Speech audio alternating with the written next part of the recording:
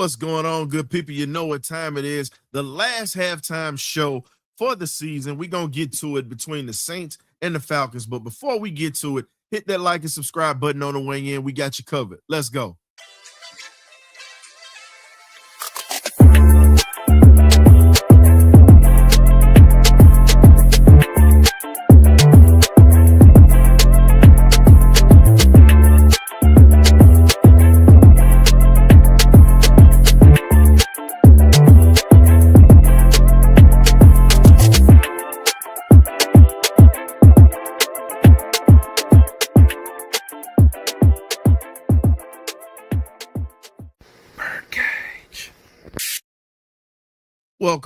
Welcome to all that are tapping in. We appreciate you for tapping in with the Birdcage halftime report. This is your boy, the historian. We got to get to it. The Falcons have shot themselves in the foot once again before the half.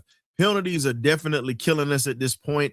And all I can say is at this time, we should actually be up really 14-7 right now. Let's just be honest. 14-7. Really, if we're going to sit here and be honest with it, let's say 21-7. We've squandered away opportunities, especially in the red zone at the beginning of the game when Kirk threw that interception. My thing is, why are we throwing the football within the red zone when we have the best running back combination, one of the best running back combinations in the league? Again, this is what happens when you have piss poor management when we talk about in the trenches. Now, what I am going to say is this. I think that we are seeing history made today with our Falcons defense. It sucks that we're making it now, but hey, I'll take something positive out of it at this point. As long as we're beating the Saints, it's 10-7. We got to see how we come out in the second half. The defense is giving the opportunity to the offense to put points on the board. We have to just be in a situation to where we can make this thing work. And also the defense, hey, get this one more sack so you can set the record. We need some positivity this season because there's been a lot of negative talk and there's been a lot of negative things that have gone on with this ball club this year. But before we get to it, I'm going to go ahead and put up the stats for the halftime, pretty much for the show. At this point, you can actually see what's going on with the Falcons right now. The Falcons have 8 first downs. 5 of them come from passing. Then you got 2 rushing first downs. And then you got 1 from a penalty. So you can't be mad at how the Falcons have gotten it. Third down efficiency has to get better. You're 2 out of 8. Right now, you're not doing good on third down efficiency. This is how you win ball games. Too many third and longs will kill you, just like we saw before the half. You had an opportunity to move the ball and get in the field goal range to steal 3 points. However, a delay of game penalty has cost you, period. And you can't put yourself in that position to screw yourself out of points. This is one of the things that has hurt us all season, ladies and gentlemen. Now, what I am going to say is this. I'm impressed with the fact that these guys are coming out here, and it's a rivalry game, so I expect it.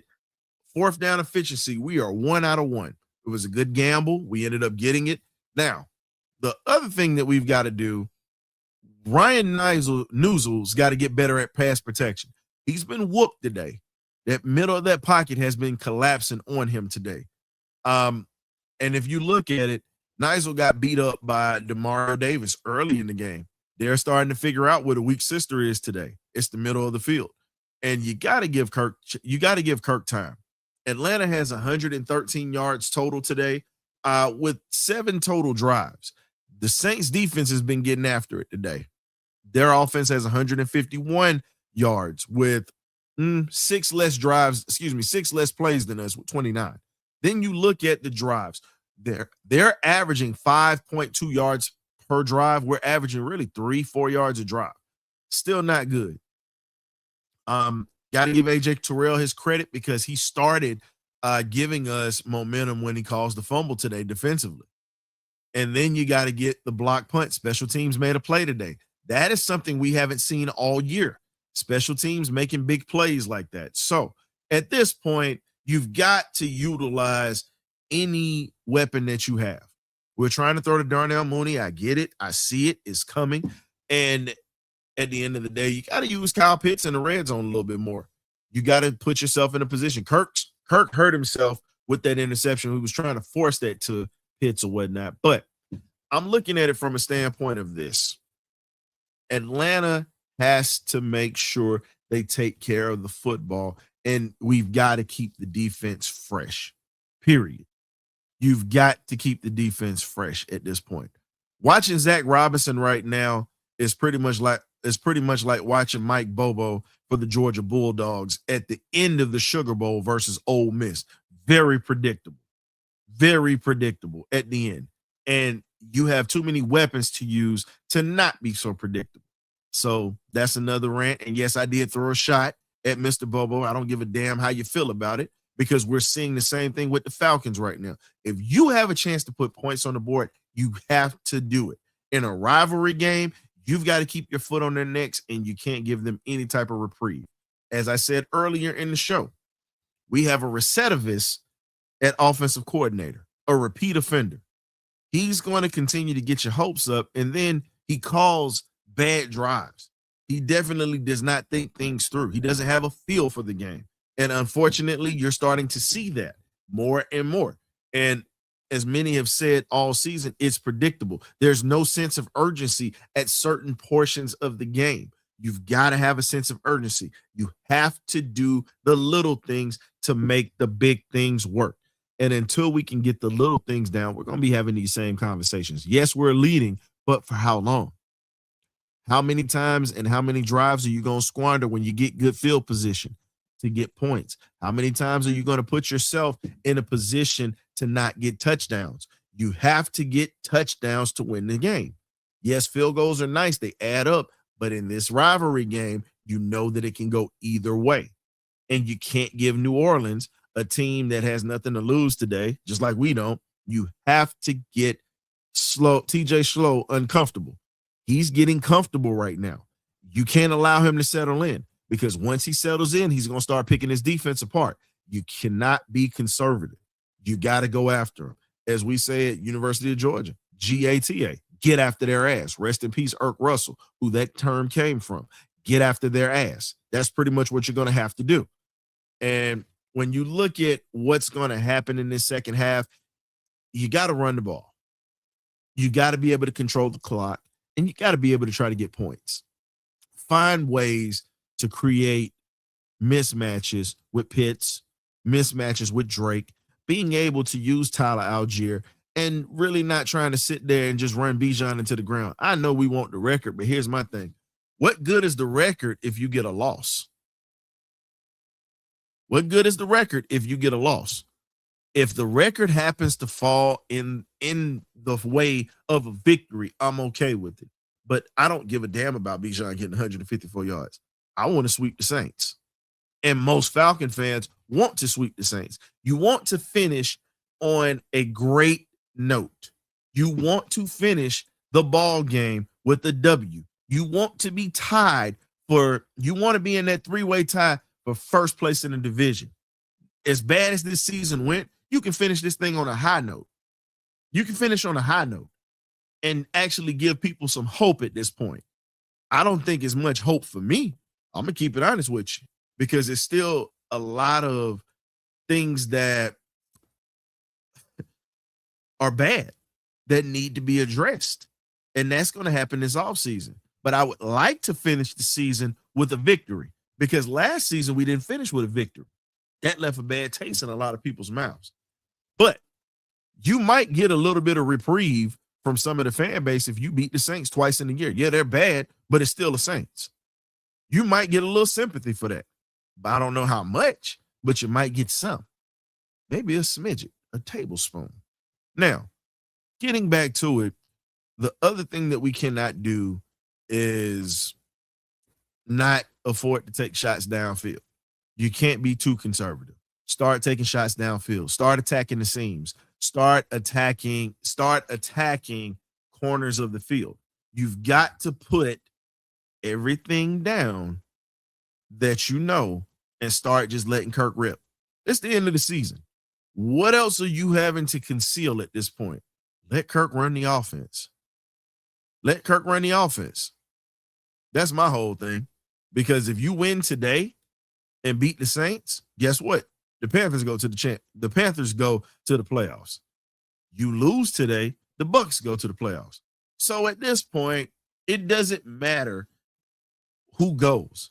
The only thing that matters is beating the Saints. Little bragging rights go a long way in this scenario when you can say, hey, we had one of the worst teams in the division, and we still finished at the top of the heap and tied with the two best teams in the division.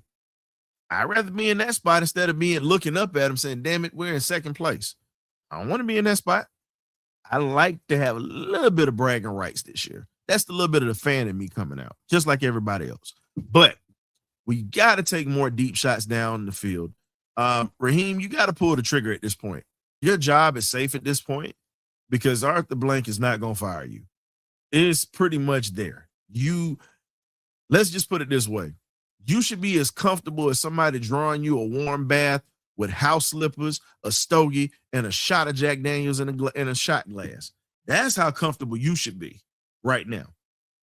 Just being honest, you're not going nowhere. A lot of us want your ass gone, but you're not going anywhere. Now, executing in the second half might determine that. You got to finish season out. If you don't, just know Arthur Blank has already said that he's evaluating a lot. Now, the Drake situation today, I got to speak on. Drake was very frustrated when he didn't get that ball and pretty much get the ball to him in the first quarter like that. He slammed his helmet down, and you saw the frustration come out. He gets the touchdown, but here's the thing. Drake is killing the New Orleans, pretty much Kool-Aid McKinstry, the corner that's on him. You just have to feed him, and you have to put him in positions to continue to eat. This has got to be a Drake game today. You're already seeing that they're struggling with him. Feed him. They're looking to stop Bijan, but you also have to have passing plays that aren't going to take too long to develop because, as you can see, Cam Jordan, DeMario Davis, and that bunch of front seven for New Orleans is getting in that backfield. You have to neutralize what they're doing, and you have to put them in a position to where they have to make a decision that could possibly burn them if they choose wrong. This is what you have to do in the second half. You have to neutralize that pass rush because at the end of the day, they are still a tough team to deal with when it comes to that pass rush. But I still see a lot of good coming out of this. Anytime you beat the Saints, it's always a good thing. It's always a good thing, especially with me. I got family members who are New Orleans Saints fans. The only thing they got good about them is they went to Southern University. Other than that, they ain't worth two dead flies smash being Saints fans. So I need a little bit of bragging rights this year. You know, we can't lose to the worst team in the division. But if we do, I got to hear about it all off season. But a sweep is inevitable at this point. We just have to execute and go out and take care of business. Now, lastly, I'll say this. Special teams, y'all got to keep it up.